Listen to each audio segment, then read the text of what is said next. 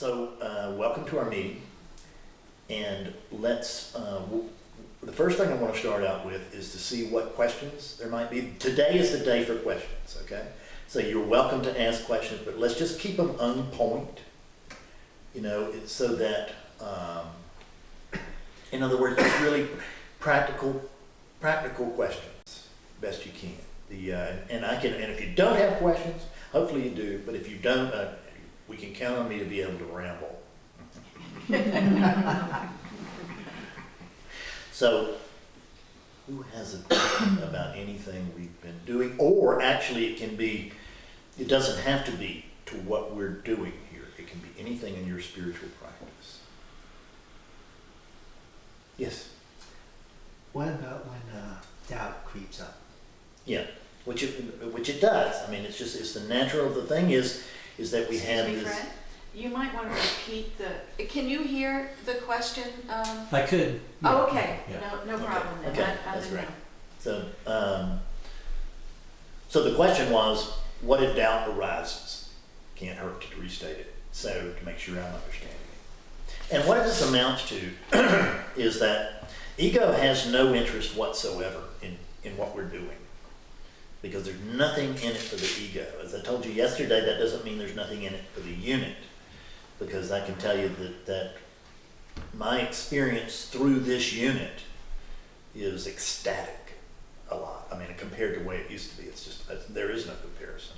I can't even, used to be for a while, I could do a toggle switch between like the seeing as Fred and seeing through Fred. I have memories of that, but I can no longer actually do it. And it can happen spontaneously in the sense that I can stump my toe and suddenly it's all about that toe and then I'm this body. But that doesn't last but just a moment. So as a result, what happens when the unit does not wake up? You all saw that yesterday. It's awakeness that wakes up. It's not the unit. So the character, which is unit based, appears to be, feels like it's unit based. The character has got everything it is invested in the story of Barbara, and it doesn't care. I'm going to use this term for teaching purposes. There's no actual separation. I'm just lying to you at a very high level, which is that just because big U has recognized itself, little u, which doesn't really exist, but little u, doesn't wake up. So these patterns, and what is the real little u? Because we found out yesterday that there's no Barbara, there's no Wendy, there's no Stephen, there's no Fred, that there's actually, and that doesn't mean, just for the sake of those who are on the internet looking at this, I mean, that doesn't mean we're trying to bypass relativity, that this teaching does not bypass relativity. It embraces relativity exactly as it is. But there's a seeming character here, but we cannot actually find any firm Fred. We can't find any firm K. So what is actually but we can find K-ness, because I'm looking at K-ness right now. Kay was here last time I was here, and then she came down to my house, so I know Kay. I know what Kay looks. That's because I brought Kay with me. See, the first time I ever saw her, she had a K sticker on, and I went, oh, there's Kay. And I've stuck with that story ever since. But there's K-ness, which means there are patterns there. And these patterns go very deep and back very long. I mean, what is DNA? It's a collection of patterns. That's exactly what it is. It's a collection of patterns. And we can believe in rebirth or reincarnation or whatever you want. I don't believe in anything, because there's no one here to begin with. So there's no possibility that there's no Fred here to begin with, so there's no possibility that Fred can reincarnate, because he's not here to begin with. But there is something that I just simply call the package, that obviously moves up the chain. How do we know that? You can trace this DNA back to Africa, thousands of years ago. You can trace your DNA back to Africa, thousands of years ago. There is something that moves. And it's not that, it's not Barbara or Kay or Barbara or... This is your joke, right? Yeah, I don't even want a name tag, so how appropriate. God almighty, Georgette, thank you, Jesus. So then that's it, you know, if I don't bring Georgette with me and without a cue at this moment, I just, oh, who's that? So this package moves and it arrives here. And it's got to be pretty successful DNA. The reason we know is that we're all sitting in this room. If it hadn't have been successful DNA, it would have been cut out some time ago. It would have been knocked out of the gene pool. It just wouldn't have come, it just wouldn't have arisen. And it certainly wouldn't be in this room. But what happens is when that package arrives on our planet, well, I don't know how this happens, don't think I know, because I don't. But I just know that it does. So we know that DNA arrives and that we can trace it back to our parents and our grandparents and all of that. When that DNA arrives, then it gets conditioned. So it goes through a whole nother round of conditioning, because it is nothing but a bundle of conditioning. That's what these are.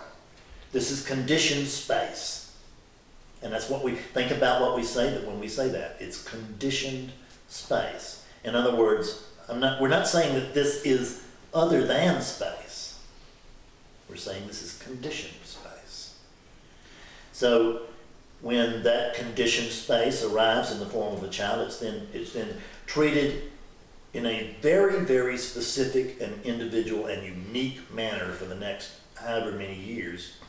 And that's where also K-ness comes, which is, I know when I see Kay, I can expect a great big hug. That's K-ness. She's not having to think about, well, I think I'll give it. It just happens. It's, and I expect it to happen because it's happened every time before. So these patterns are very, very tight and they're chiefly successful. So there's no, and what DNA, if you take it, what conditioning is all about is what most conditioning is all about, but certainly DNA is all about, is survival. It's just here to make this thing, it's here to make the unit survive. In other words, the biology, to make the organism. It's here to help the organism survive. And that's all it's interested in. It doesn't give a hoot about what we're doing or anything. It's just interested in helping the unit survive. Actually, I guess there could be predilections toward this in that DNA. I guess there probably are. But I don't understand that, so I don't want to go on record with it. So this, How about doubt? it does, well, yeah, and so with this doubt, but I'm actually getting there, it's just a long way around. What I want to do is I want to show you why it comes up. Because when you see why it comes up, then you can begin to figure out you don't need to combat it, you just need to notice it. And that would be very good for me to say that, but it won't, just say that, but it really won't help you much. So the little conditioning is hanging on very tightly. So when it is exposed, little you, that little ball in there, that, which there's no separation from that. I'm just using these words for the sake of teaching. But we gotta use some words. So when little you is exposed to the truth, what is the truth for the little you? The truth for the little you is there's no little you. You get that? Mm-hmm. So where's the joy in that for little you? Okay? So, and if you notice, if you go right now, go to this, you can do it. No matter what your level of brightness right now, just suspend your beliefs, opinions, and positions for just one moment. Just, for me, I'll suspend Fredness, so to speak, although I don't really need to. But if I suspend Fred, can you find a problem right now? If you just drop all that and just, no. So now what I want to watch is, so in the absence of a problem, is there a little you?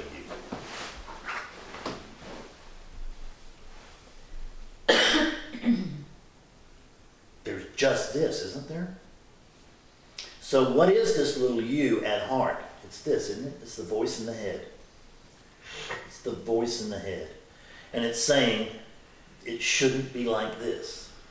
They shouldn't be doing what they're doing. It's a constant argument with the world, isn't it? It's a non-stop running argument with the world.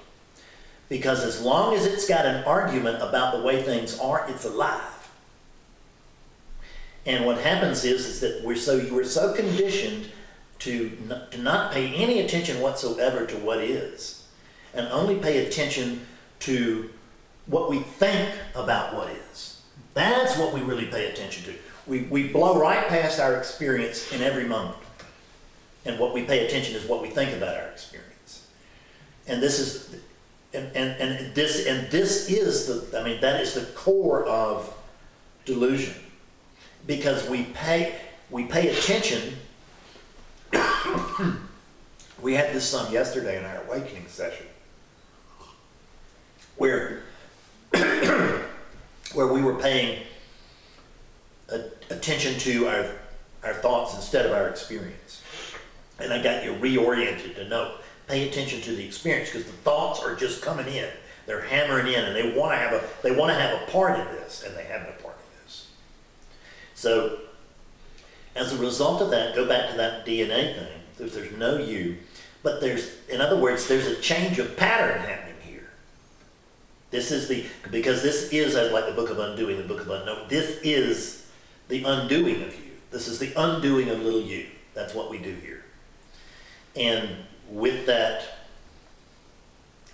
undoing, there's a fundamental change in the makeup of everything there, because there's now been, once we're awake, there's been a conscious recognition of the truth. These patterns, if you would say the package again, it has no interest in dropping a pattern, because it doesn't know which patterns are successful. It doesn't know which patterns are unsuccessful until we begin to wake up. And when we wake up, the first thing that we notice is there's no little you. So as a result of that pattern comes back in, that egoic pattern. Is there an ego there? No. We speak of it as if there is. We can do it. We can do it in psychology and all of that. And there's we can say there's some culmination of this and that, but there's no core. There's no thing that we can bring out and introduce and say, here it is. But the little me that ain't rebuilds anyway. Something comes in, that pattern just simply starts to rebuild. And when we pay attention to that pattern, and that pattern starts to rebuild by saying, I don't think you woke up. You see that? Mm-hmm. There's no way. Can't be that simple. Who are you to wake up? Right? I mean,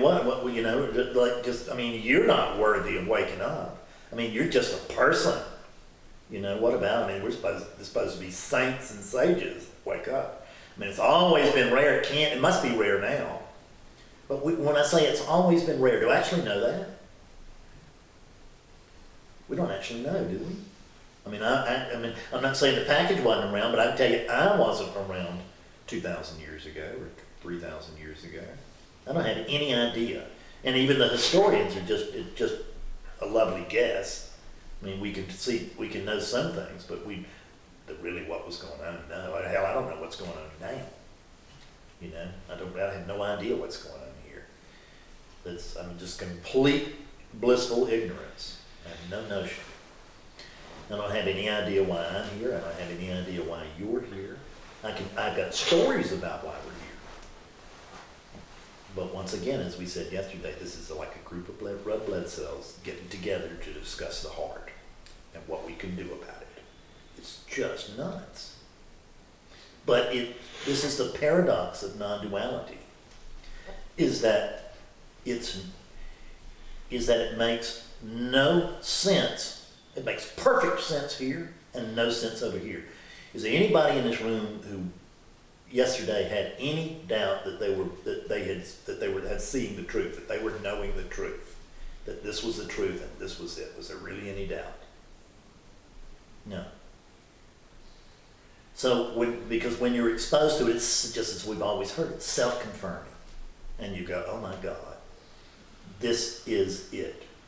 But the pattern comes in right after that, which is an old and reliable pattern, and starts chipping. Just starts chipping away. And the easiest way for it to chip away is if we notice that these units, they have not woken up. So those patterns are still running wild. In other words, this unit is going to continue to act out very much like it did for many of them prior to awakening. I mean, there'll be some stuff that'll be seen right away. You know, like my problems were not solved, but I did notice that a lot of them just dropped away when I woke up. And because it just seemed to not be a problem. It was just what was going on. And I had told myself it's a problem. I believed my thoughts about it. Because what we really do on this planet is that we make up problems and then we try to overcome them. And that's what we really do. Because we make up a center, and as soon as we have a center, we got a flock of problems. And just like there's a problem over here with which is that this thing is telling me, you know, that I didn't wake up, or I'm not awake, or I'm this, that, and the other, or whatever it is, or it can't be this simple. Whatever story is playing, all of those stories play. So just which one is playing for you. So, but just notice that it's not actually a problem. Because we don't suffer from what we think. We suffer from what we believe. So can that thought arise, and it doesn't affect you one iota until you decide that's my thought and I need to pay attention to it, and it's important. So we turn our attention. What Georgette and I were talking earlier this morning over breakfast, that attention is love. Attention is love. It's not other than love. Because it is. That's what everybody is screaming for. You know, it's like the little kids who don't care what kind of attention they're getting as long as they're getting it. Look at these mass murderers. What are they really trying to do? They're getting attention. I'm going on YouTube right before I kill everybody at this California challenge. I'm going to tell you what I'm going to do. I'm going to tell you about why, and you're going to see that I'm the most special one. After all, that's exactly what they did, isn't it? So we are just screaming for that attention. So whatever we put our attention on will expand. Because it's love. Love is an expansion. That's right. So if we put our attention, and so you got to remember that from the absolute point of view, and again, this waking up doesn't make us blind, and it doesn't make us unskillful. We can see things even better. But from the highest view, there's just what's going on, isn't that right? I mean, it's not good or bad. Those are both relative terms, and we're now talking about the absolute. We don't just talk about the absolute, but right at the moment we're talking about the absolute view. And from the absolute view, there's no right or wrong, there's no left or right, is there? If there's all one thing, did I just really drive up here? I mean, there's certainly there's the experience of that happening. But if it's all one, is there really distance, or is that, I mean, does any of that really make sense when we begin to jump into the deeper understanding of what oneness means? We have no idea what oneness means. The clearing process, which is what this is, that clearing process is really coming to grips with the ramifications of oneness. And that's what the insights are, is realize, oh, it means this. Because we can only take just so much of this on board at one time. You take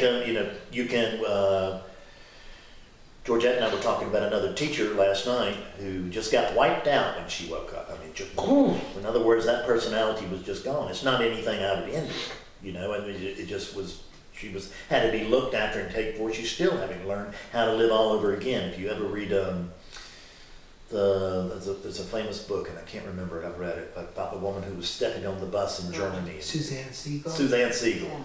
And she did this same thing, where it was just immediate, and it was just blown away. And she just could, it was like you were talking about the teacher becoming with the carpet and just losing his boundaries and falling, that kind of thing. And that's what happens when we take on a lot of this at once. It's not necessary. It sounds really romantic, and it sounds like a shortcut, and that's what we want to do. But that's because we don't know what that experience is. And that's the reason I told you I used to get a lot more, before I was as skillful as I am now, used to get a lot more explosive awakenings, and I found out that they're not helpful. Generally speaking, I have found them to be quite detrimental. The awakening, my first awakening here, my second awakening was not detrimental because it wasn't explosive. It was just it just showed up, but the way that it showed up was so sweet, and I was already had been awakened to what I'm not and all this, that it wasn't a challenge. That first one, in that explosive awakening, and I've gotten all the bliss, getting this download of, quote, information, what else can we call it, which is or knowledge. Not information, but knowledge. Okay, I know this now. So I know what's going on. I can see, because in some way, you now understand you don't understand the details, but you do understand in many ways the larger picture of how the world works, don't you? Yeah. So,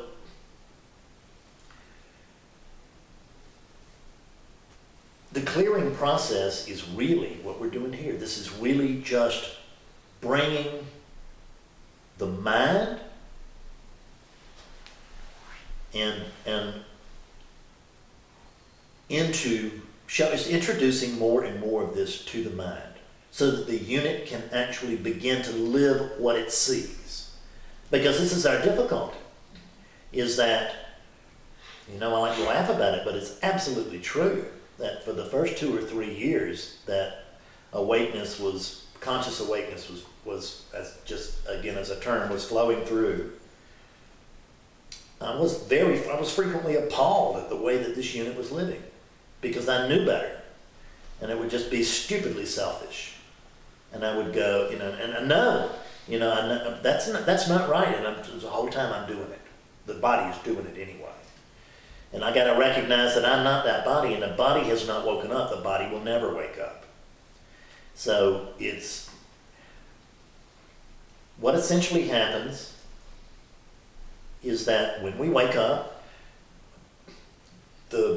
we could say that when a conscious awakeness begins flowing through, this is just a way of talking about it, when conscious awakeness starts flowing through the body, there's nothing but awakeness. There's only awakeness. There are 2 states of awakeness, conscious awakeness and unconscious awakeness.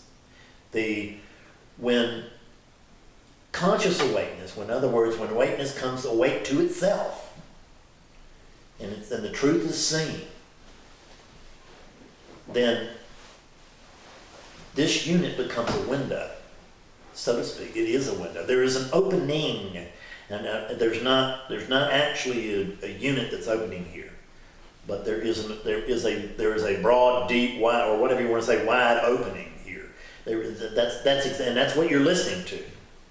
Is you're listening to what's coming through that opening. The light of truth that is beyond the dream is able to flow through very easily now through this opening. And the reason is that I've spent I don't actually know the reason, but I could just suggest that my belief, my understanding, my feeling is that a lot of that has to do with the fact that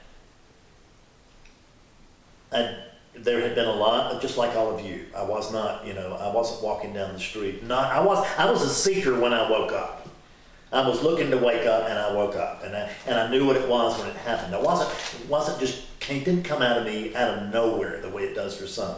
Where and Eckhart Tolle, he's just in agony, and it just comes to him. I was in agony too, but I was reading a non-dual book at the time I woke up. So I don't know where I was. Just losing. Doubt?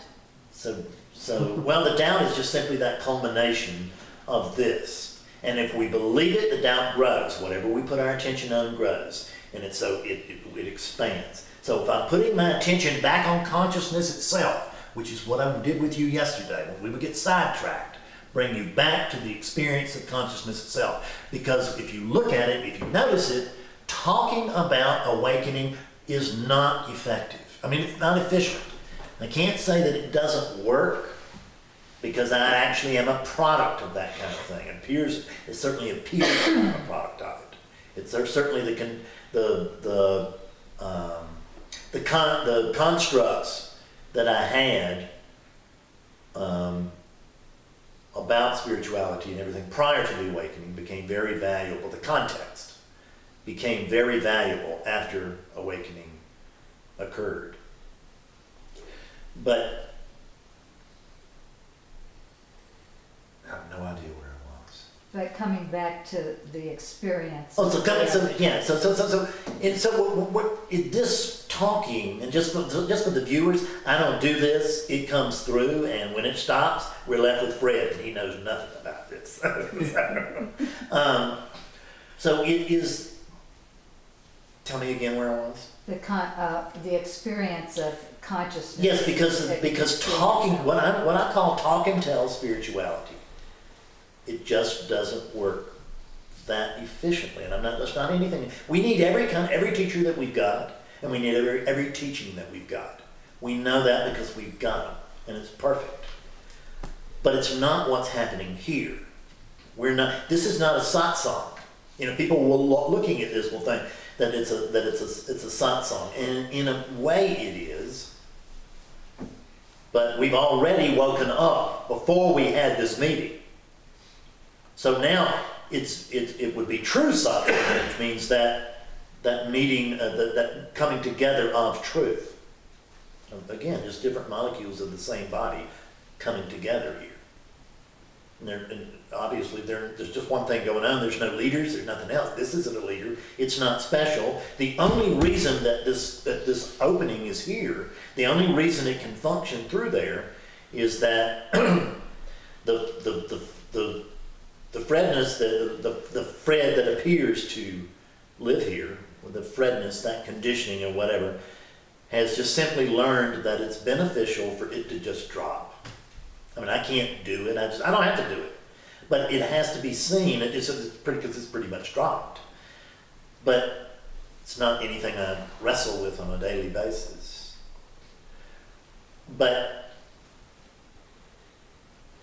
the efficiency of transmission, and we can know this because how many videos have all of us watched? How many books have all of us read together? Oh my God, I bet it nearly filled this room. How about, for some of us, I've not had tremendous experience with live teachers other than on the internet. But I mean, I didn't have like in-person stuff. How many times we had meetings on the internet with people? How many times have we gone to satsangs? How many times have we gone to retreats and done all of this? And it's wonderful. It's a great experience, and we have community. There's value to spiritual community. There's very much value to spiritual community. So if that's why you're going, that's perfectly fine. I would try to make it, I would have it be consciously a spiritual experience versus just purely social experience for the unit, which that can happen too. And because that unit just loves to belong, and now we're the people who know and they don't know, so we're the cool group and we're all in, and they're just idiots, but they'll come around sooner or later. Some of them, the special ones will, the ones that are special like us. I mean, it's just what we do. So, coming back to the actual experience of truth. I know after I did Buddha at the gas pump, the first person to contact me, having seen that interview, the first person that wrote me after that,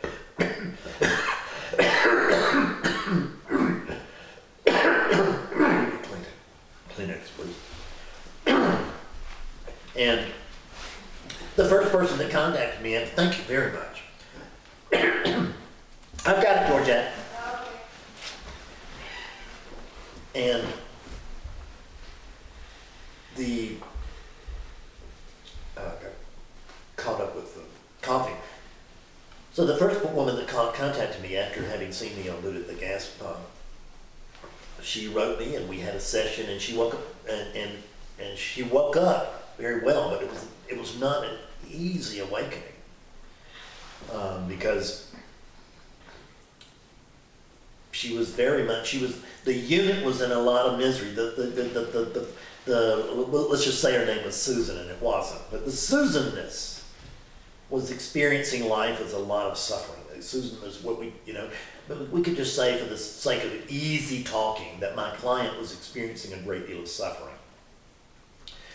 But what we did was we traced it all through the room, and we discovered that we looked all around the room and everything, and we couldn't find the source of her suffering. In other words, we noticed that it wasn't cold, we noticed that it wasn't hot, we noticed that she wasn't hungry, we noticed that she wasn't thirsty, she was clothed, she was healthy. The unit, the body is taken care of. See, the biology here, it just needs a bare minimum of stuff to survive. Everything else we do is pleasing the psychology. That's what we're doing. Is that I want to feel like I belong, I want to feel like, and I do it too, I want to feel like I'm in some style, I don't know what decade, but I'm in my own little style here, and it's a conscious effort to pull things together that's please me. But the biology doesn't need that. Only the psychology needs this. So when we came to the end of our little inquiry there, after I asked my client, I said, so I have to tell you, I can't find any suffering in the room. And she said, well, no, it's not in the room, it's in my head. Oh. So now we tell the truth. And then we were able to move right into that. But first, we have to be able to see it. It doesn't do me any good to come over there and be a psychologist and say, well, your suffering is imaginary. And she says, yeah, I know, but my experiences, I know, but that's not really here either.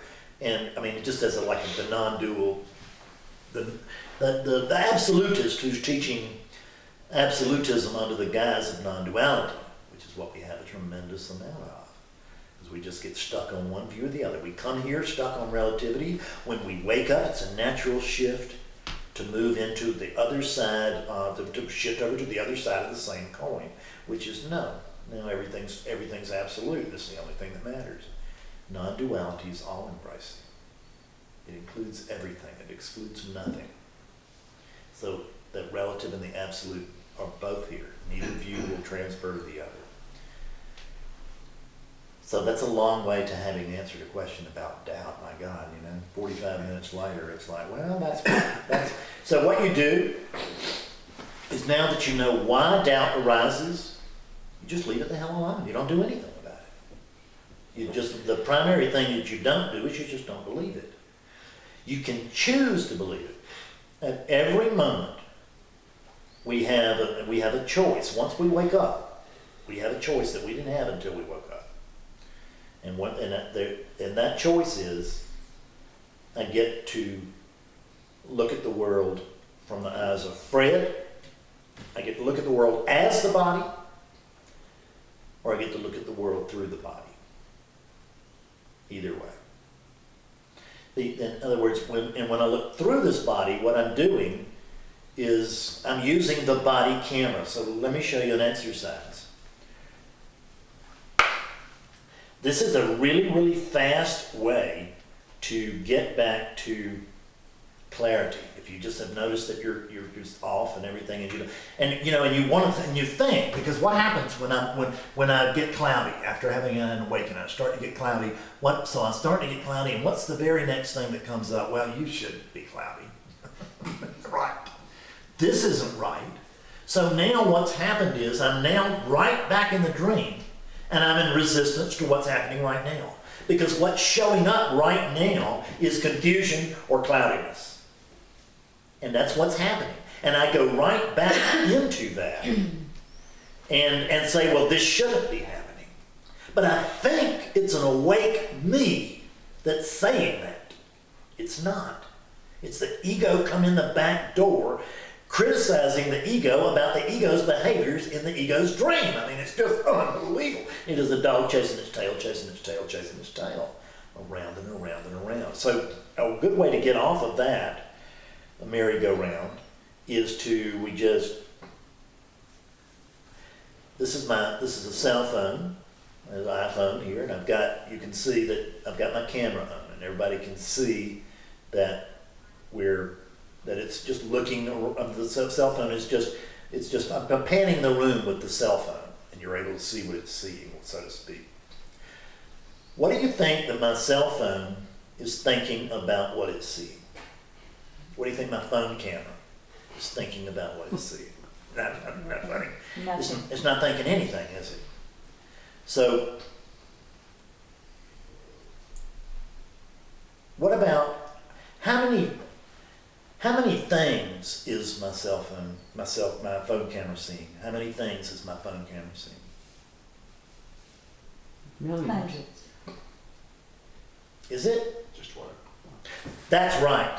It's just one. You're seeing millions. You're seeing hundreds. Because what happens is the camera's just reflecting what's there. And what's there is a single field. And so the camera's not breaking it up into a million things, we do. We step right in that picture and we go, oh, there's a lamp, there's a book, right? But you'll notice that the camera simply isn't doing that. That's my mind. So what happens is, that's what happens when we use our phone camera. Now what I want you to use is your body camera. So let's go back to that place of brightness. Just make sure that we're there. Let's just let loose of our beliefs, opinions, and positions for a moment, any that might be showing up. Just, if we can. If we can't, just take them with us. So, because they're not really problematic, as long as we don't believe them. But now what I want you to do is I want you to just suspend that personality. We did this yesterday. In other words, just suspend those beliefs, opinions, and positions. And now look through the body. Just exactly like we just looked through the camera. You look through the body. Because are you this body? Is there anybody in this room that genuinely believes they're this body anymore? You're oneness, so I'm not saying you're not that body, but is there anybody in the room who believes they're limited to this being this body anymore? No. So imagine that you just pretend for a moment that you're oneness, right? And that you're behind the body, just for the sake of this exercise. And you're using the body as your cell phone, like we just did the cell camera, the phone camera. And look through the body and look around. Look around the room. If you look through this body, do you actually know what you're seeing?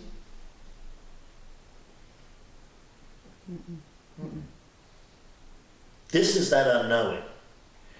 The first verse of the Tao Te Ching. The Tao that can be named is not the eternal Tao. So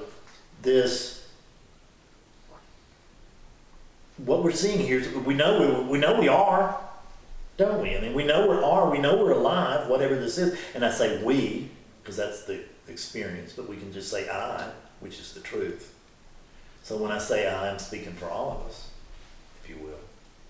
So I know that I am, I know that I'm alive, I know that I am not other than this, but I have no idea what this is.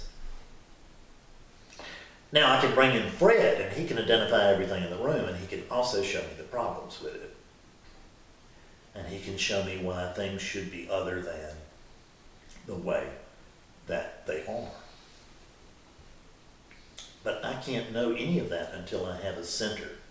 So what I want to tell you is that use the body as a camera. You get confused, don't try and think your way out of it. You can't think your way into enlightenment.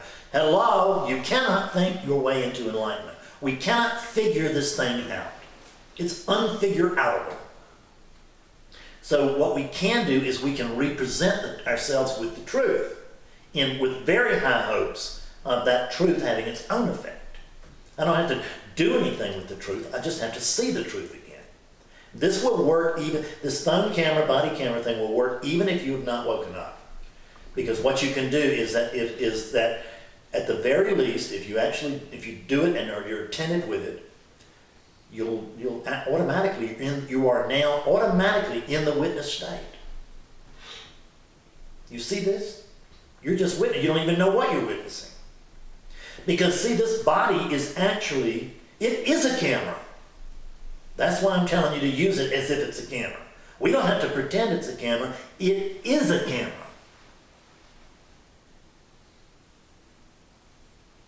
It just has always thought it was a photographer. But it's not. It's just a camera. So when we take and we use that camera consciously, because now, notice I'm conscious, and don't worry that there'll be some of you maybe, or people out there who are saying, I can't do that. I have that frequently. Oh, I don't know how I could do that, Fred. I just couldn't. I wouldn't know how to use the body as a camera. I can't. I like the idea, but I just can't do it. So I'll now tell them, I'll say, okay, well, that's fine. I understand. Tell you, why don't you do this for me? Why don't you just pretend like you are using the body as a camera? And, oh, okay. And then what they will do is they will pretend to be using the body as a camera, which means they're using the body as a camera.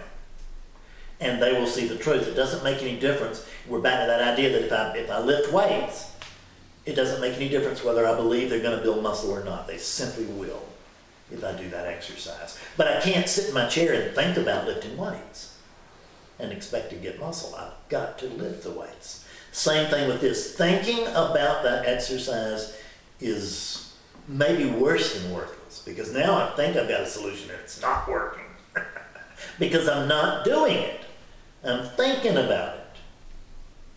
So when we actually take the action, to do the exercise, what happens is realization simply occurs. It may occur on a large level, it may occur on a small level, but we come to experience ourselves for what we really are. And that sense, even if we're not awake, there's that so to speak, we're all awake, but if we're not consciously awake, even if we're not consciously awake, that the simple doing of that will cause a shift. For me, and it causes a shift in me. I've done that I don't know how many times, and it causes a shift every time. And you try it with your own cell phones. You just do that exercise, and you'll see what I'm saying. It really is amazing. I've done it with zillions of clients. So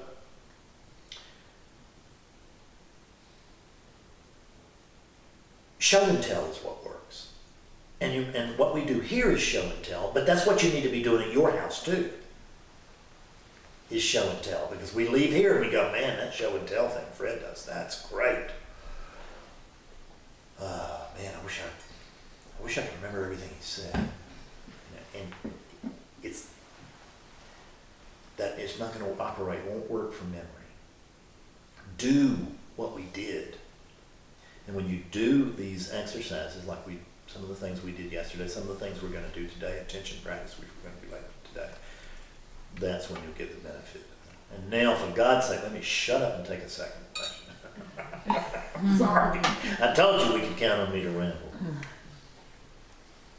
I think we all love your rambling, so. Oh, good, thanks. Because You don't need to apologize. Thank you. I'm fascinated by it. It's just like because So are we. I had no idea what's going to come out. Yeah. So I'm just sitting here going, wow, when is this going to, is this going to stop? Is this a 2-hour riff? That's what I call it. It's like a musical riff. Well, and I've heard before too that what gets pulled out is somewhat dependent on who's here absolutely. listening. Absolutely. So. You bet. That's the I reason. apologize because it's being pulled out by what's Yeah. seemingly over here. So good. The good news is that we have a very good group here. So it's very relaxed. We come back to that window analogy, which is that this becomes a window. So what we start out as usually is we start out as entirely opaque windows. You can't see through any of it.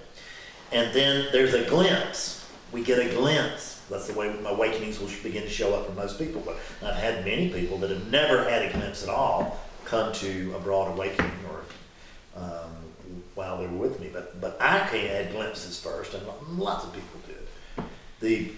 And you think of a glimpse as like being touching the glass. It's a fogged over. It's just a fogged over window, like your mirror does in the bathroom. It's just fogged over, and when you touch a finger to it, there's a little hole that appears, and that's a glimpse. Is that? But it's what it's a glimpse. It appears to be. It feels like that Fred is getting a glimpse into clarity, doesn't it? I mean, that's exactly what it feels like. And that's not the truth. It's clarity that's looking through the window. It's awake consciousness that's looking through the window. And now that the unit is not quite so opaque, it can get a glimpse of itself.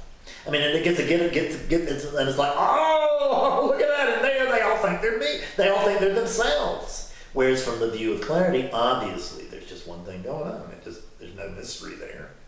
So we get another glimpse, another finger touches the glass, we get another glimpse, and once again, it will feel all to the world that that it's this unit that's looking into clarity.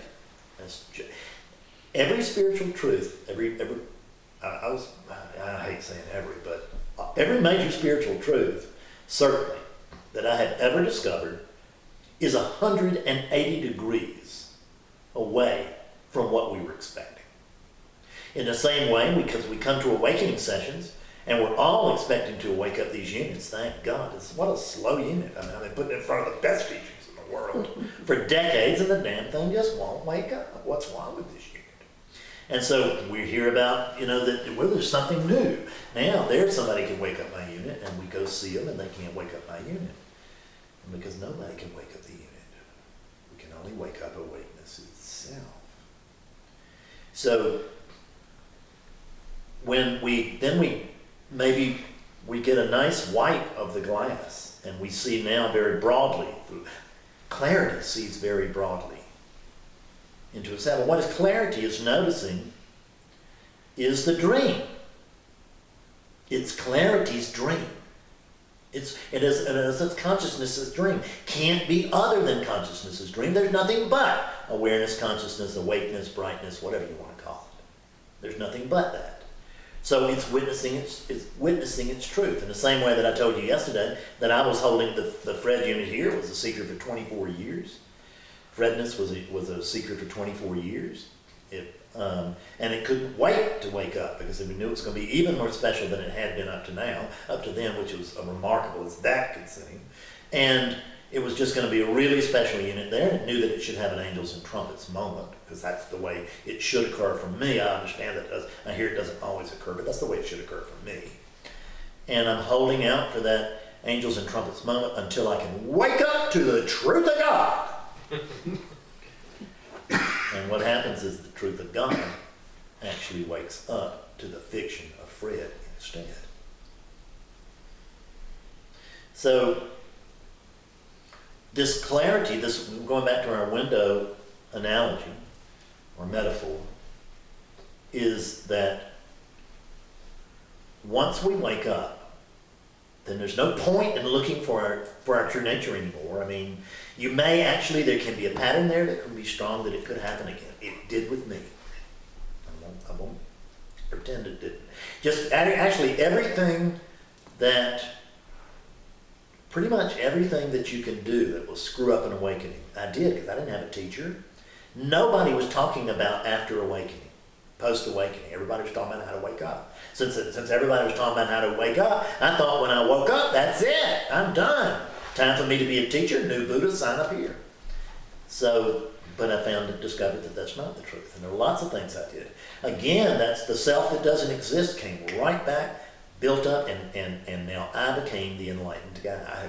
It is the most dangerous thing on the planet is an enlightened ego. And that's what you got. It's an ego that thinks it really knows. Because that knows something. And it'll manipulate that something to do whatever it wants. So, and that's what happened to me, and fortunately I wasn't in the mood for being particularly devious. You know, I was just out for accolade, because I was in a very bad life situation, and I could have some attention and a little, all that, maybe a spot of adoration or something, you know, where you just like then, oh, like a breath of fresh air for the unit, for the unit. For the unit. Waking up is not about the unit. It's not about the character. It's just not about the unit or the character. Because the character thinks that the unit is its home, but the character has no home. Man without a country. Because the character doesn't need a home. The character doesn't actually exist anywhere but in thought.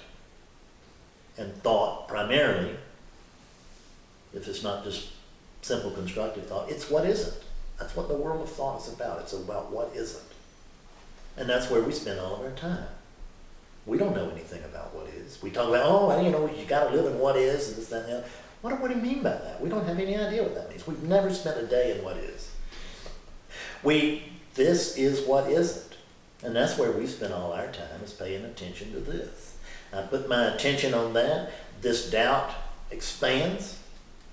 The questions expand, and then I notice, you know, oh, what am I going to do now? I mean, am I going to disappear? Am I going to just, you know, because there can be that sense as we come to awakening. That's the reason I try to get everybody very much on board in an awakening sessions, is because, you know, there can be fear there, and I sometimes have to walk people through that. But we want to be, and that fear is really of annihilation, is that I am going to disappear. I'm going to die. I'm going to die. I'm going to disappear. We should be so lucky. But if something is not here to begin with, can you annihilate it? So the whole notion that I am going to be annihilated, it's the same thing that with the most common question that I get from people who have freshly awakened is, okay, so what do I do now? And my question is inevitably, who wants to know? Because the very thing that they had seen through, the Fredness, has now come back and said, but what do I do now? It just rebuilds. Do you see this? It just rebuilds instantly. And it just is a, and then we do stuff, and then we wake up to it and we go, oh my God, how could I have done that? I should know better than that. Now I'm right back in the dream. And I'm fussing at myself for not knowing better. It's so subtle and it's so fast that we really have to want to wake up.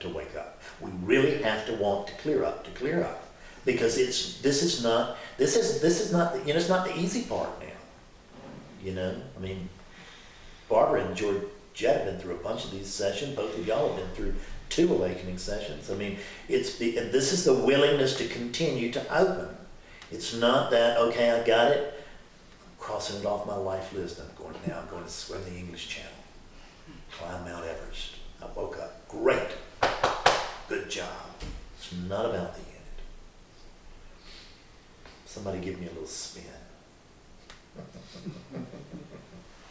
What happens there is that, as I see it, who knows, but as I see it, is that we have those 3 stages of sleep. We have the light sleep, sleep, dream sleep, and deep dreamless sleep. In deep dreamless sleep, awareness is very much like what we experienced yesterday as the void, or as is that there's, in other words, it's just aware of itself. It's just like, there's no character there for it to follow.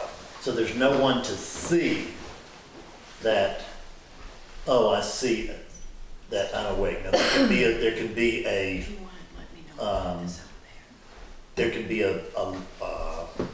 something that happens in either a light sleep state or a dream state. I hear about people talking about witnessing their sleep. What I want to know is, you know, and is that who is it that's witnessing their sleep? Because there's no them there. it's, it's subtle, but there's So there can't, the concept of time will have had to have gone away. right? time is absent, is it not? When you wake up in the morning, is there a sense of, like this morning, I woke up at Georgette's before an alarm, before Georgette woke me up, and I looked around the room and I looked and I went, oh, I looked for a clock and I found one and I went, oh, it's 9:30. Okay, so then I thought, oh, I slept for about 7 hours. Great, because that's unusually long for me. So, particularly lately. So I had no concept of time. I mean, I had a concept of restfulness and stuff that especially comes in actually even a little later, but I had no concept of time. So does the body, the unit, does it get, so you're not sleeping, you're getting The unit- just like what you talked about yesterday, like you're up for 43 hours and you can start going psychotic. Yeah, right. Noticed I was going, just again, I was kind of like beginning to have some mild hallucinations and stuff, which were nice. They were very pleasant. I was not trying to get rid of them, but I recognized, you're getting a little stupid. Time to go to bed because physically I was beginning to move and stuff like that. So consciousness has got to be allowed to. God Almighty, this is just the language just trips you up here. When we talk about this, we're 180 degrees away from the truth, but this is the pointing of it, is that the unit is that consciousness must be allowed to be K-free. This is not 180 degrees of truth, this is just about the truth. Consciousness must be allowed to be K-free on a regular basis, or the inhabiting presence that's there within that unit somehow gets confused. And it can die. I mean, the unit will go crazy without enough sleep if you deprive it long enough. Some units can even die from it. Others wouldn't, but it can. So there is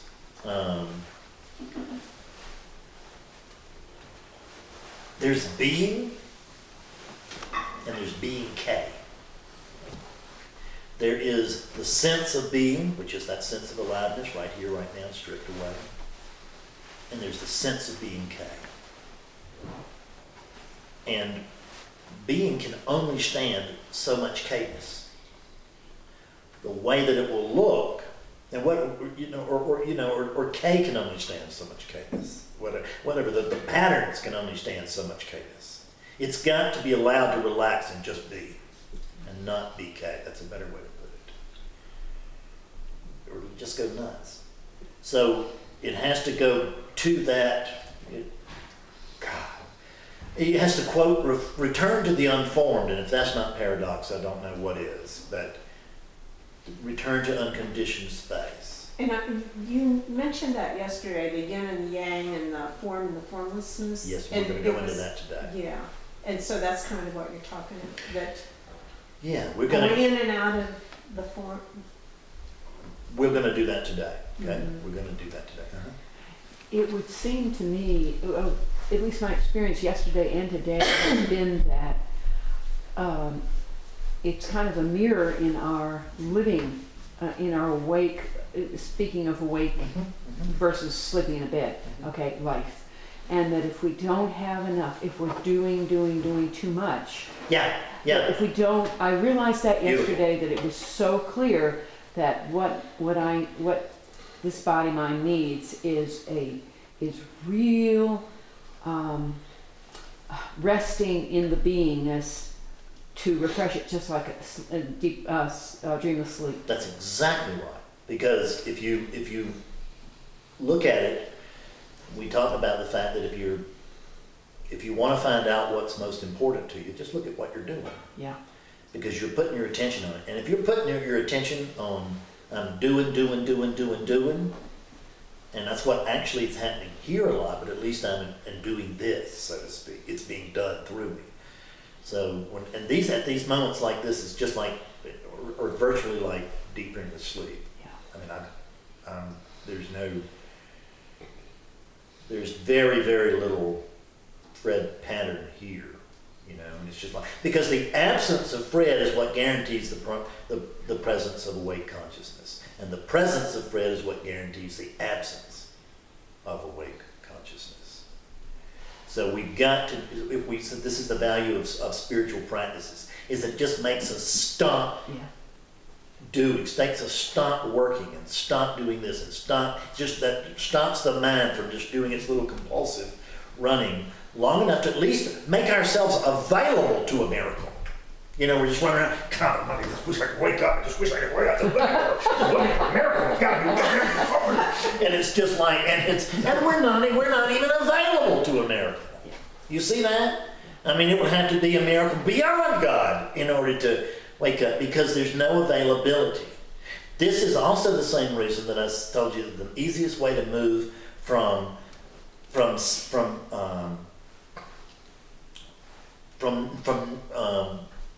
knowing it intellectually and getting it. I mean, y'all have already gotten it, but the way to continue that, in other words, to have it continue to expand, is to live it. Because then what are we doing? We're paying attention to it. We're treating conscious awareness as if it's true. We talked about that doubt. What, you know, is that, so I can decide, well, this doubt is what's true, and begin to live my life based on that doubt. We've done that for the last 50 years. There's no reason not to, right? Continue that. It's a very easy pattern for us. Or I can go the other way. Is, what if I was to start treating consciousness as if it really mattered? What if I was to start living in a way consciously? So what, where you start? But what's it going to hurt for me to start implementing some of these things, even if we're on an intellectual basis, into my life? That's not going to hurt. It can't do anything but help. And what it will do is, as I begin to do this, if we begin to implement this, you'll begin to see it, you'll begin to notice it. That's it. It's not that you make it happen, it's just that you've slowed yourself down and you're actually able to notice. There's a constant running miracle here.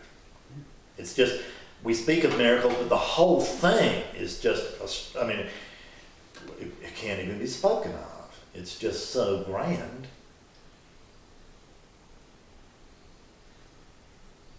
And we can't see the details is what as you slow down, you begin to notice the little details coming together and look at, oh my God, look at that. That's just happening all by itself, whatever it is. It just, look at that. I mean, you spill something and it just goes out into this perfect, you know, art show right there. Oh my God. I remember one of the first experiences I had with this was, I used a blue shampoo to keep my gray hair gray instead of yellow. And I put some in my hand, and I looked down. I'm just doing it like I do every other time. I put some shampoo in my hand. I looked down, and oh my God, I could see the entire universe there in the palm of my hand. It was unbelievable. I was just, in my bathroom, getting ready, just washing my hair in my shower. You know, just unbelievable. Because we begin to be able to see the extraordinary ordinary. You know, because what we're looking for is, we think it's going to be angels and trumpets all the time. And it's just not going to be angels and trumpets all the time. It would be a good thing, because the miracle that is occurring is far more interesting than angels and trumpets. And angels and trumpets are just what they are, what we think they are. They're distractions. Those are spiritual experiences that arise and fall within that which does not rise or fall.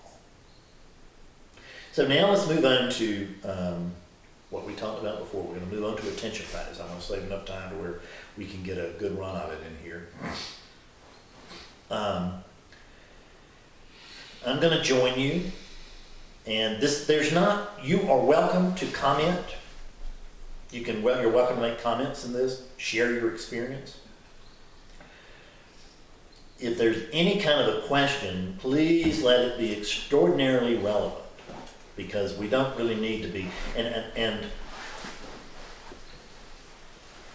I don't even know that there's any need for any question, actually.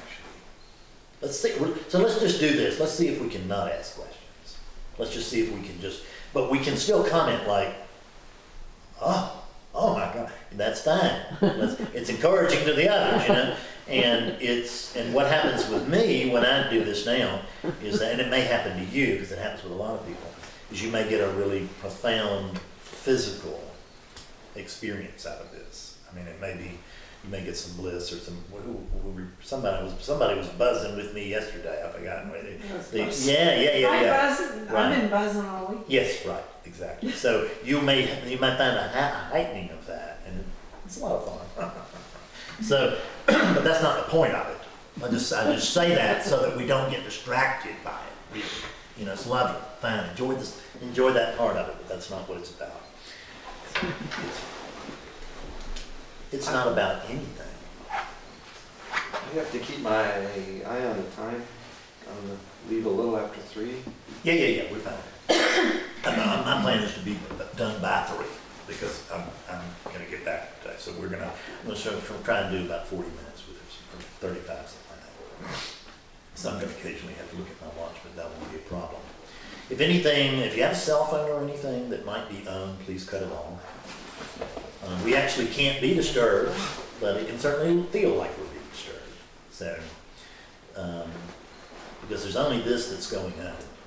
I became very relaxed on the way here, you know, because I could look at the GPS and see that I was going to run very, very close or late.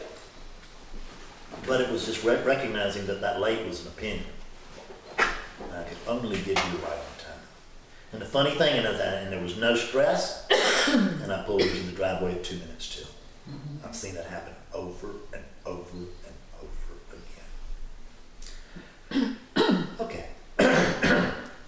So, what we're going to do is I'm going to guide you through this, but I'm going to do it with you, so I'm going to be right there with you. So just relax best you can, allow the body to relax. See if it wants to relax. If it does, just, have it relax. If it doesn't, okay. A couple of just real good breaths, so again, that we just get that sense of, because this is going to be very enjoyable. I mean, it's you can just relax here. I've been looking forward to this all day. So now let's just go ahead and close our eyes. And now that we've got our eyes closed, what I'd like for you to notice is that we really just have our eyelids closed. Our eyes are still actually open. And attention is still focused around them. And they're still looking. Only they're not looking at manifestation any longer. They're looking at a dark field, a dark blank field. It doesn't have to be blackness or anything like that. Just notice you close your eyes, there may be little photons coming in and creating light stuff. The brain may have some trash mixed up in there. That's all fine. But it's a blank field, essentially blank, dark field.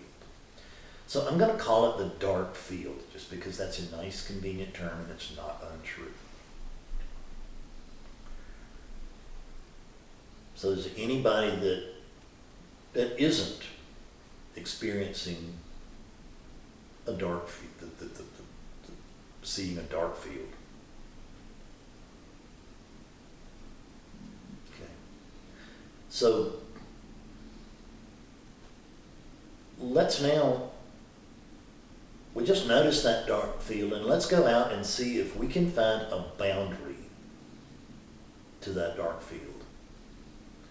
Let's go out and see if we can find an edge to the dark field. Let's go out and see if we can find any place where the dark field stops.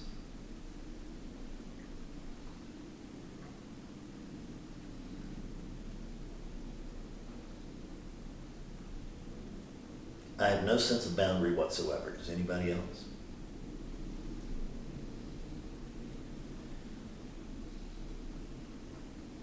So Bring your attention now, please, in the other direction. And let's see if we can find a center to the dark field. There may be a sense of center. The body may want to raise its hand and say, I'm the center of the dark field right here. But just questions, look and see if that's actually true. And if anybody is feeling like it just, well, surely this body, I just feel like the body is the dark field. I just want you to notice two things. The body is the center of the dark field or something like that. In your actual experience right now, do you have a body? Are you sure that you have a body? Can you see where in the dark field it shows up? I don't think you can. Granted, there are sensations, there are perceptions, we may have ideas and images, we may have all kinds of permutations of thought about the fact that there's a body here, but what's your actual experience? My actual experience is that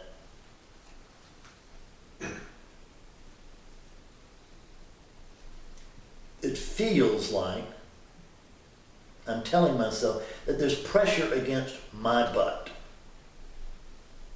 Is that what I'm really experiencing?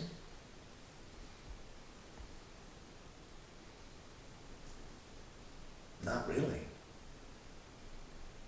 What I notice is that there's a sensation there, and I'm labeling that. And I say the sensation there, but where's the there? Is there actually any distance between me and that sensation?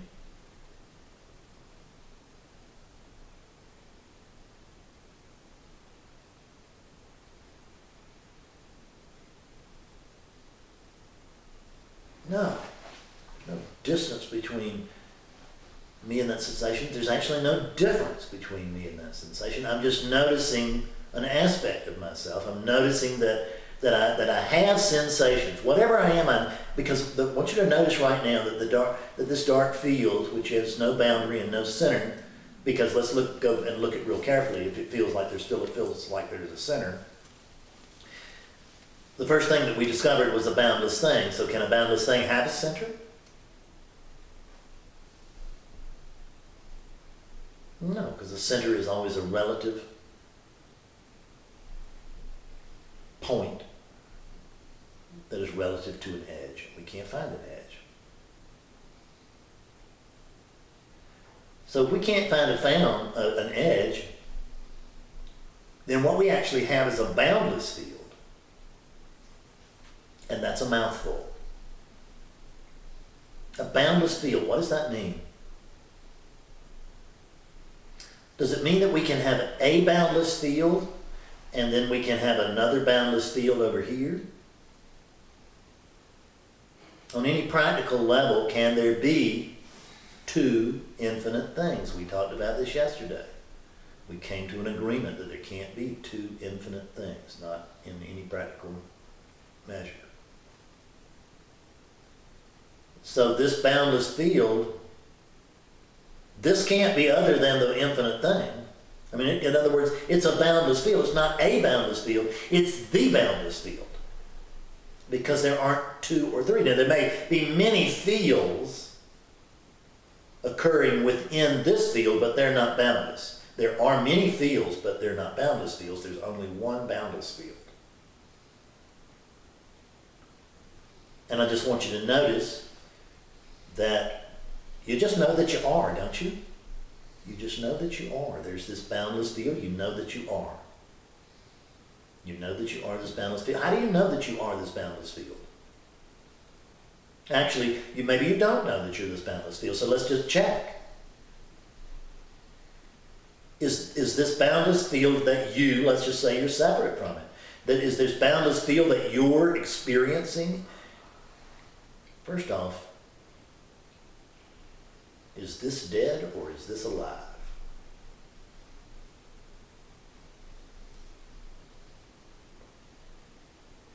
And I've done this before. before, and that makes a difference, but I will tell you that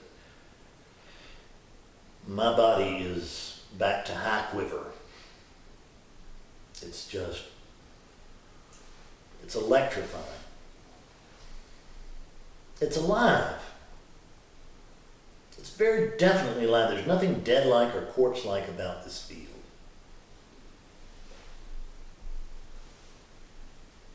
This field, we can say it has, definitely has, and these are we're just languaging, but we just want to say that the field appears to be boundless and alive.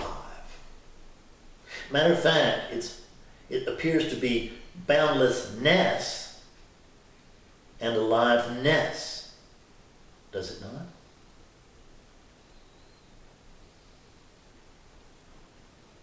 In other words, can you find any point of separation between boundlessness and that which is noticing boundlessness? Are there two things there? I don't think there are.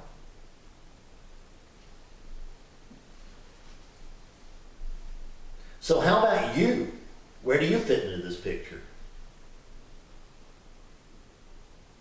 So I mean, if there is a you, whatever that is, let's just go with it and say that, okay, there's a you. Can you be other than this boundless field? Now, the first thing that mind may want to come up with is that, well, I'm an occurrence within the boundless field. Okay. So if you're an appearance within the boundless field, this is a boundless field. Can you tell me where the outside of the boundless field is?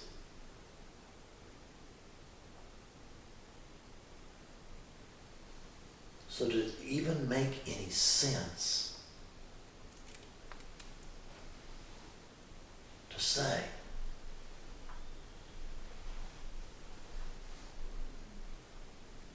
that I could be, there's no outside, there's no inside, there's only the boundless field? So when I say I can't be referring to any portion because there's no division. When I notice that, and I can say I'm noticing the boundless field, okay, where's the line of division between what's noticing and what's being noticed? Can you find that? Can you find that in your experience? You may be able to make one up, I don't know, but you can't find one. I've done it too many times.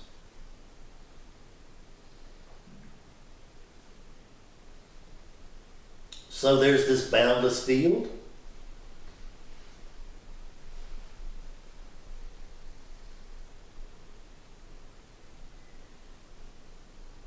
And you're just experiencing yourself, aren't you? You can't be other than this boundless field. The boundless field can't be other than you because it's a boundless field. There's just one thing going on. And you all got to see this very clearly yesterday, but you can see it just as clearly right now.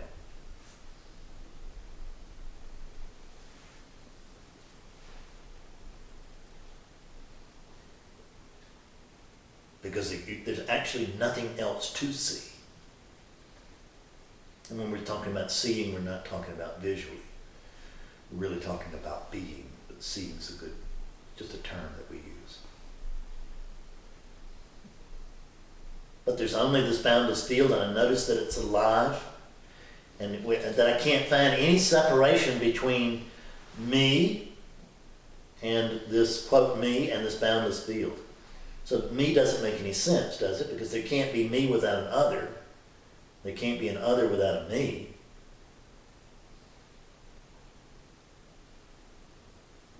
So I'm experiencing, when I say I, it's just so I have to use some kind of language. Because I can say I am, and that's true. I can't say I'm not, because whatever it is that was saying I am not, there'd have to be something there to be declaring that. So I can say I am. Is there anything else that I can really say here?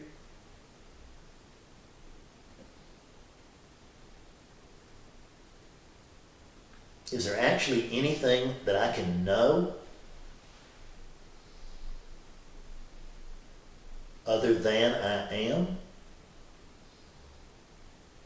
If I say I am so-and-so, that's not the truth. It may be some representation of some part of the truth or whatever. I'm sure philosophy just runs with that forever, but I'm saying the truth is I can say I am, and I know I am. I just don't know what I am. I actually know who I am in the sense that I know I am that which Fredness sought for many, many years. You are that which you sought for many, many years. The seeker was the sought, was it not? What you were looking with was what you were looking for. And here it is again. What you're looking with is what you're looking at. Because there's not really a with or an at. There's just seeing, or we could be more accurate and say there's just this being. So there is this pure conscious being, this pure conscious awakeness.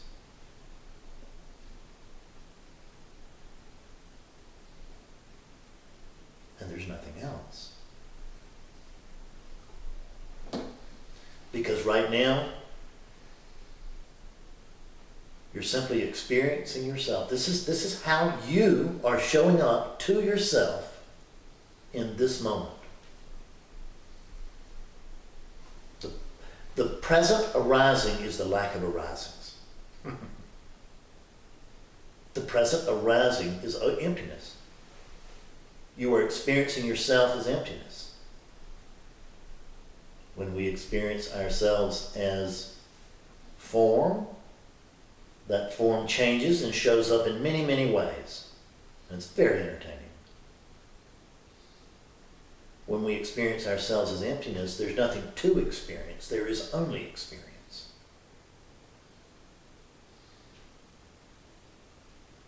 There is only experiencing. You can add an ing to that. In the same way that I say that there is, that I call this Fredness, but it would be yet more accurate yet to call it Fredness-ing.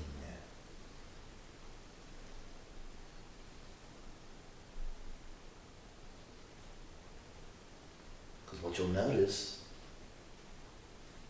that you're not a noun. God, awareness, consciousness, Tao, Brahman, oneness, whatever you want to call yourself today.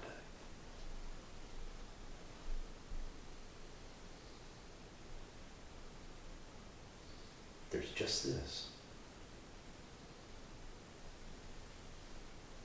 So there can't be an experience of this because somebody'd have to be having that experience. There can only be experiencing. So think about it. When you say, when you're identified, you're typically going to be identified with the unit, and you're going to say, I am angry. Is that true? No, you're not angry. You're this. You can say, with some accuracy though, I am angrynessing. I'm angry-ing. I'm angry-ing. I'm angry-nessing. Because I'm showing up as anger right now. But that's just that thing. There's just anger showing up. And my experiencing right now is of anger, but I'm not actually that anger. I'm not other than the anger. But it's not my anger. Because then we're back to a limited personality. It's not my anger. It's just anger. It's an arising showing up in what? It's showing up in this emptiness, isn't it? There is just this emptiness. Or is that true? Because now that you're experiencing yourself as emptiness, let's examine that for just a moment. We are experiencing ourselves as emptiness. That's one word for it. we are experiencing ourselves as nothing or no thing. We can't say nothing because there's something here. It's just not a noun. So we can say it's no thing.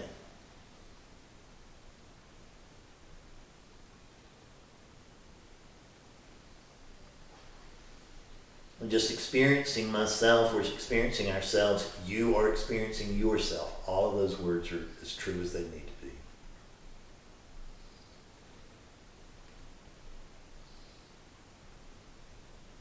And we are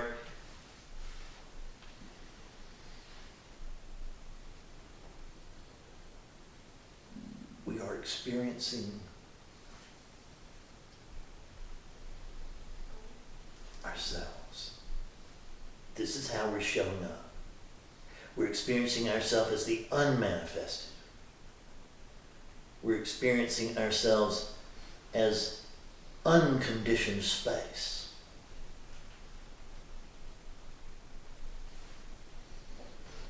Because there's still this, you notice, there's still a vast spaciousness. When I say vast doesn't actually even mean anything. It's just a word that I use to try to plant a concept into, from one part of me into another part, whatever, I don't even know. But it doesn't actually mean anything. When there's only one thing, can there be a vastness? No. There can be the experience of a vastness. So again, we're not trying to get out of relativity. There can be an experience of vastness, and we can label that. And we can experience it, and that's fine. But there can't actually be a vastness. There's just this one thing. Nor can there be a smallness to anything. Just this. So we're experiencing ourselves as emptiness. Now the Heart Sutra in Buddhism, which is chanted around the world in monasteries and living rooms in the West,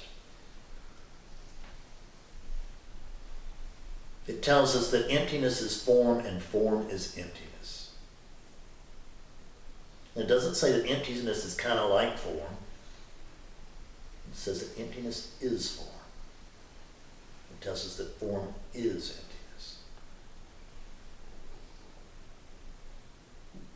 We're not saying that emptiness is an aspect of form. It's saying that emptiness is form, and form is emptiness. So right now, just notice that form is purely an imaginary thing. It's actually, that we're not saying that form isn't, we're not saying what's real, but we are saying that it's not actually within our experience right now. There's just this formlessness. So you are this conscious formlessness. You are this conscious awakeness.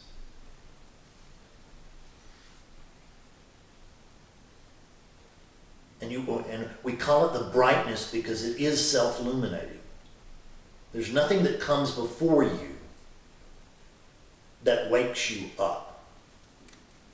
There is only awakeness, and it can only be awake.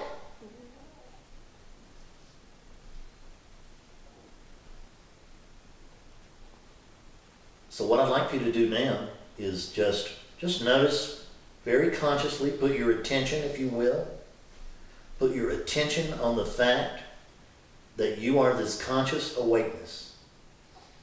Know what it feels like to be this conscious awakeness. Recognize yourself right now as that conscious awakeness. Don't wait, right now.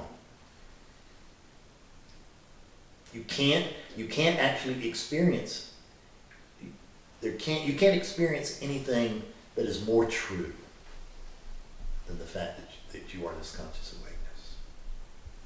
And now that you know yourself to be this conscious awakeness, what I'd like for everybody to do is I'd like for you to open those units' eyes for them. Open the units' eyes slowly.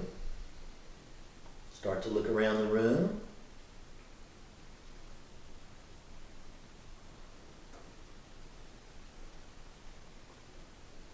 Can this be other than you? Can this be somehow outside the same boundless field we've been discussing? There's not a boundless field, there's just the boundless field. So now what I'm experiencing, and Stephen, experience yourself as this. Open your eyes and just notice that we're not other than this. It's important to go between the two. Because this is what this is what brings us back, isn't it? This is what pulls us back into cloudiness. It's the sense that I am the body, or I am the mind, or I am both. And I'm tickled to death, or I'm at risk. I'm happy, or I'm sad. And what's happening is there may be sadness arising, but it's, number one, it's not mine, and it's not actually harmful. It may need to be experienced, and that's fine. But I don't want to think that I am sad, because that's limiting me. I am sadnessing. Over here, while that one over there is jovial as hell. So what I want you to notice is that what's so fascinating about this is that now we do have our eyes open. And if someone's cell phone did ring right now, and they did answer it, it wouldn't matter. I have clients that have their phones ring when we do this. And they just, oh God, they just go nuts. You know, and I just tell them sometimes, when it's my son, I'll say, well, answer it. And they answer the telephone and they talk to their son. And then they hang up the phone and they look at me with a big grin. And I say, do you notice that none of this requires a special state? Now I have to tell you that that my experience is of a different state than it was when I started this. But it's unnecessary. It's just something that's being experienced. But I am the experiencing. So now I'm recognizing myself, and I see that Heart Sutra is true. Because this is that same boundless field. It's not another boundless field. It feels like another boundless field, but it's two sides of the same coin, isn't it? Because what now you're experiencing, we're experiencing ourselves as fullness instead of emptiness. We're experiencing ourselves as all that is, instead of as the potential for all that is. Emptiness is form, form is emptiness.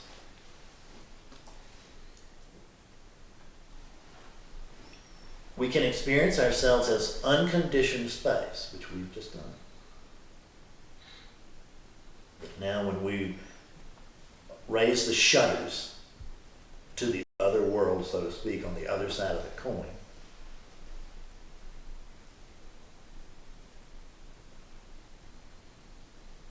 this is not different than that. It's the same boundless field. You can actually, I'm not the only one who experiences this, and not everybody does, but you just check. There's a certain transparency to everything at this moment. I don't mean I can literally see through walls, but I can feel through the walls. There's nothing binding me anywhere. This is boundless, is it not? Can we find where this spaciousness stops? No. So this is us experiencing ourselves. Right now, this is the way we're showing up to ourselves, which is pretty easy to surrender to. And it's not always so easy to surrender to, is it? It's not always quiet. There is actually silence always there. The sound arises sound isn't arising from that silence, and it sounds, and then what's it do? Subsides back into the silence. So when we say something broke the silence, nothing ever breaks the silence. That's just a manner of speaking. silence is what's always there. Change cannot be noticed unless there is first a screen of something which is not changing. Motion cannot be detected unless there's something there that is still.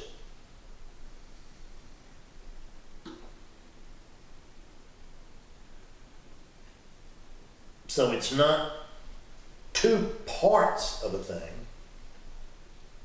Kind of is, but it's not two different things. It's two ends of the same stick. Alan Watts has an interesting phrase where he says it goes together, and he says goes together as one word. It goes together. Silence and sound goes together. Emptiness and form goes together. Because now I want to show you something that is kind of interesting. Let's close our eyes.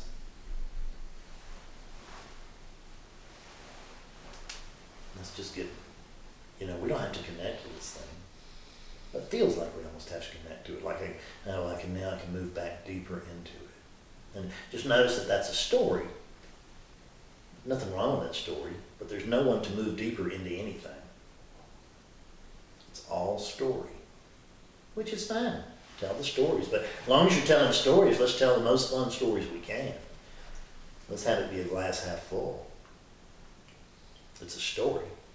It's a better story than a glass half empty. So now that we have our eyes closed, I just want you to notice something.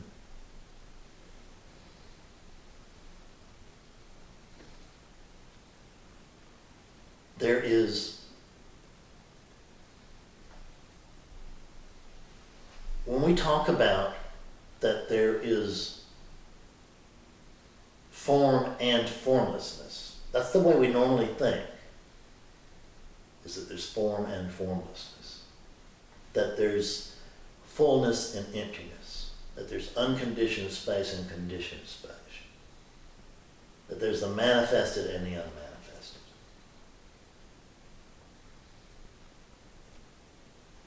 What did I tell you yesterday? Anything that can be described with a yin-yang is in and of the dream.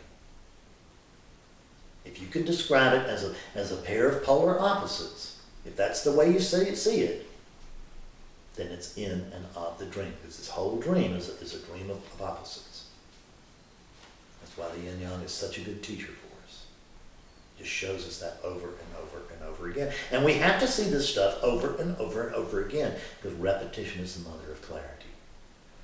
But if we're saying that there's emptiness and form, that can't be right. That can't be true, because we're in the polar opposite. When I say unconditioned space and conditioned space, that can't be true. It's a dream, because that's a dream description.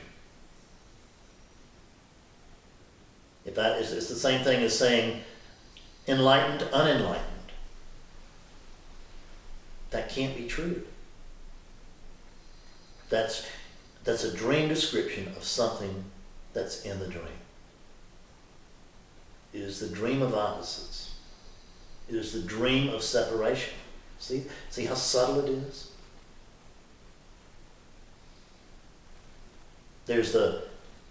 Notice that mind is an either or machine. It wants to know, is this true or that true? Is this true or that true? Would you just spit it out? Tell me the truth. Tell me which way it is. And that's not the way reality works. And you can't bring a relative yardstick into reality and expect to be able to measure with it.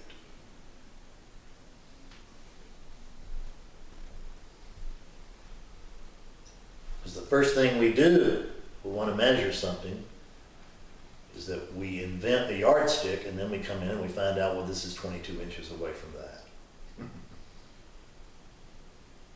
We invent the yardstick, and then we invent the inches. and the feet, and the miles, or the kilometers, meters, whatever. This is all mental division and separation. Because that's what the mind does. Is it comes in, the mind takes truth and chops it up and divides and classifies it, just as science does. Look at science, animal kingdom. There's just this, but there's an animal kingdom, there's a plant kingdom, and the mineral kingdom, and blah, whatever. And then we've got the species, we've got the genus, and all this stuff. I don't remember how that goes, but I know it goes. And we're just dividing the dream into smaller and smaller and smaller and smaller things. And if you watch it, that's what we do. It's just division by degree.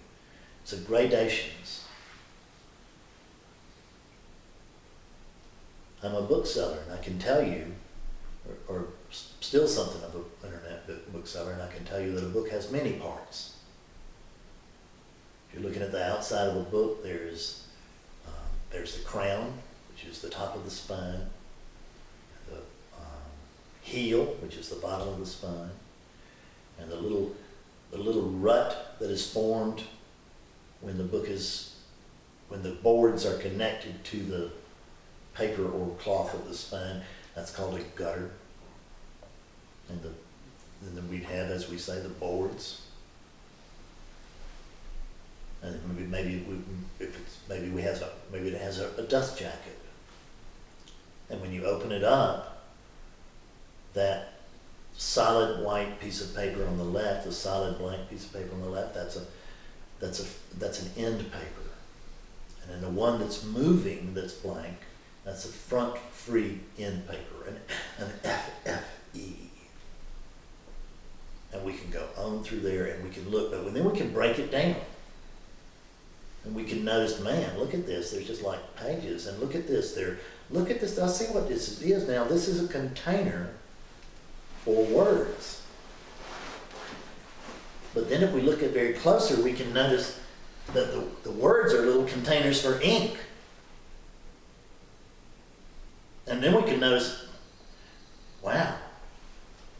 But how is it that we notice the dark ink? You ever heard getting the advice about reading a book to just read the black part? That's what they told me in recovery. What they're saying there is pay attention to what is and ignore what's popping up in your head, because that's what isn't. So we read the black. How is it that we can read the black part? Because there's a white part. But who wants to buy, other than for a journal, who wants to buy a blank book? I mean, you could put a zillion different covers on blank books and you'll sell a few, but I mean, Barnes & Noble will be out of business tomorrow as it just starts packing blank books. And if we take the ink, we can go down further and we can notice, oh yeah, these words, this is just ink, and we can go down and we can find out, well look, when we go down further, there's actually nothing here but cells. There are cellulose, whatever, the fibers from a tree. The cells, as a rule, would be the fibers of a tree there. There'd be cells there. And then we can look and we can notice that those cells are actually containers for molecules. And we go all the way down to the molecular level. And my God, look at that. This is actually a container for atoms. Atoms are containers for what? For neutrons and protons and electrons. And we can keep going down and down and down. The funny thing is that the equipment required to recognize something infinitely small is damn near infinitely large. If you look at that the Hadron Collider in Europe. We had to have this huge, enormously, unbelievably, unimaginably complex thing in order to continue with our story of matter. And really we notice that matter shows up sometimes if we're looking for matter to show up as a wave, it does. And if we're looking for matter to show up as a particle, it does. And so now we're just so we're now so unsure about our stories about what's down there that we call them wavicles, just to make sure we're covering all the bases, all the possibilities. But we can't cover all possibilities. That's what you are.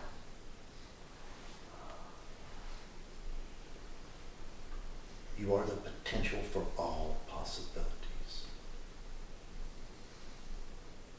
And your absence guarantees the spaciousness,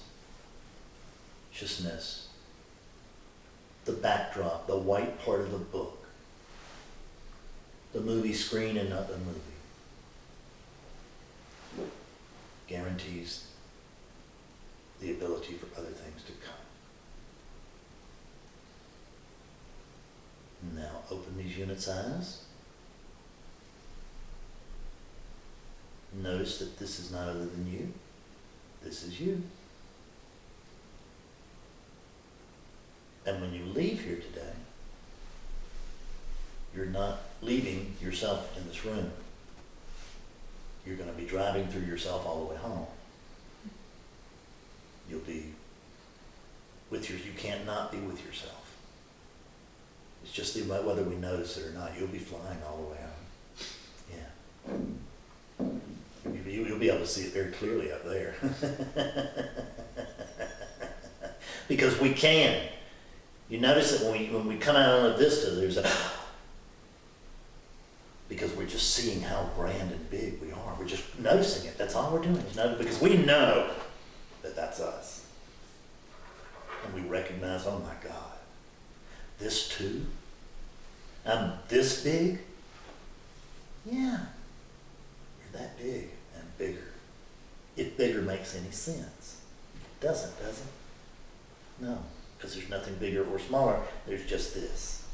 But you can use those terms if you want to talk to yourself. I don't care. We don't have to like dot all our I's and cross all our T's with all of this. Thank you for this weekend. Thank you for today. I appreciate your letting me do the film. A lot of people will appreciate that too, I'm convinced. You've done a real service. Thank you. Yeah, Thank you. Thank you so much. You bet. It's a great pleasure. That attention practice is pretty cool, isn't it?